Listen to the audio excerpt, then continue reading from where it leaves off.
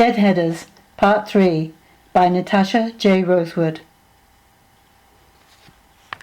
Simon didn't know what to say. What did he look like? He asked, humouring her slightly, wondering if she'd been flying too long, or not long enough. He was tall, 6'2" maybe, slim, very slim. He was wearing an expensive grey suit, short grey hair, about 55, somewhere in there. He looked quite distinguished. I see. Simon considered his options. He couldn't argue with her, and he wasn't quite sure what to believe. He didn't know if he even believed in ghosts, if that is what Rosemary had seen. He had flown with her several times, and she had never seemed like the neurotic type. Had she just suddenly gone nuts, or had she really seen an apparition? "Why don't you just stay here, sweetie? I'll take care of second coffees," he offered. No, Rosemary clutched his arm.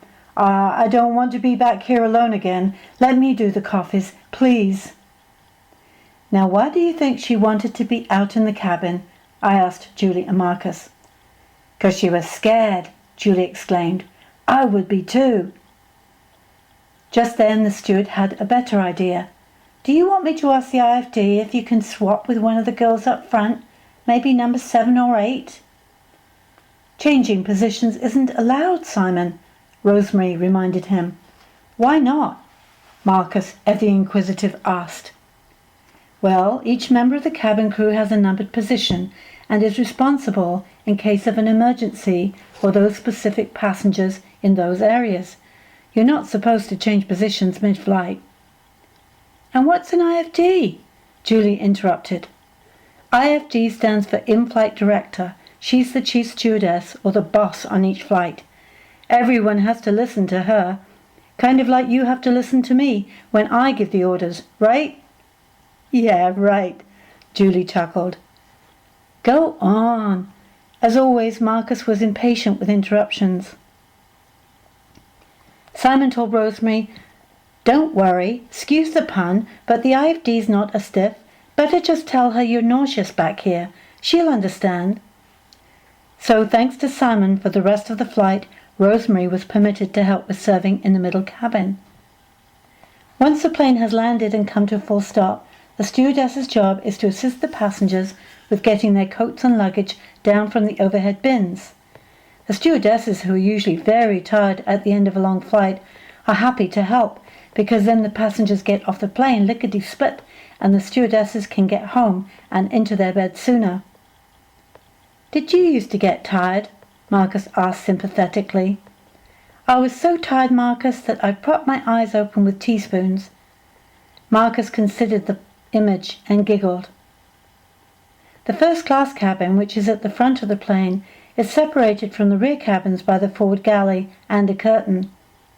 Passengers normally exit through two-door left in this galley area. Rosemary pulled back the curtain to allow first-class occupants to deplane before passengers from the two rear cabins surged forward. After a small group of businessmen and a well-dressed couple had said their thank yous and goodbyes, Rosemary noticed a man slumped in one of the first-class seats, his head lolling to one side, sleeping. The IFD, who was standing at two-door left, called across the aisle to Rosemary, "Go and wake that man, will you?" As Rosemary approached the passenger from behind, something about the grey head struck her as familiar. When she came around and saw the man from the front lying slouched in his seat, she gasped, "Oh my God, oh my God, that's him! That's him!" She backed away, holding her hand over her mouth, her eyes wide in disbelief and confusion. Who's him?" Jane, the tall, freckled stewardess standing on the other side of the cabin, asked. "The man," Rosemary stuttered, "the man who walked through the back of the plane." "What are you talking about?" Jane smiled, thinking Rosemary had gone quite mad. "He's just sleeping, silly." Impatient, Jane leaned over the side of the wide seats and started to shake the passenger by the shoulder. Sir, we've landed." He didn't move. "Time to wake up. Wakey, wakey." He still didn't move. "He's dead," Rosemary blurted. Jane, the smile gone from her face now, put 2 fingers on his neck to feel for a pulse. Almost instantly she recoiled. Good Lord! As she started to undo his tie, she told Rosemary, "Tell the IFD we need an ambulance. Quickly." "It's too late," Rosemary muttered.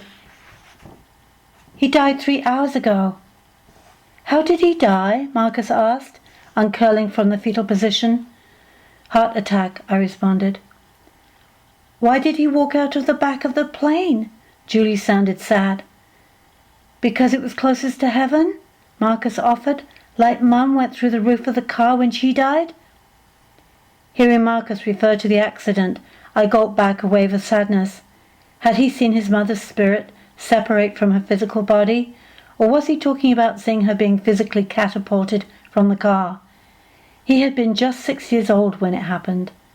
I couldn't and wouldn't ask him for clarification. Not now. "Did the others believe Rosemary then? That she'd seen a ghost?" Julie questioned. I got up and offered my back to Marcus to give him a piggyback to his own bed. It was another part of our nightly ritual. He climbed on.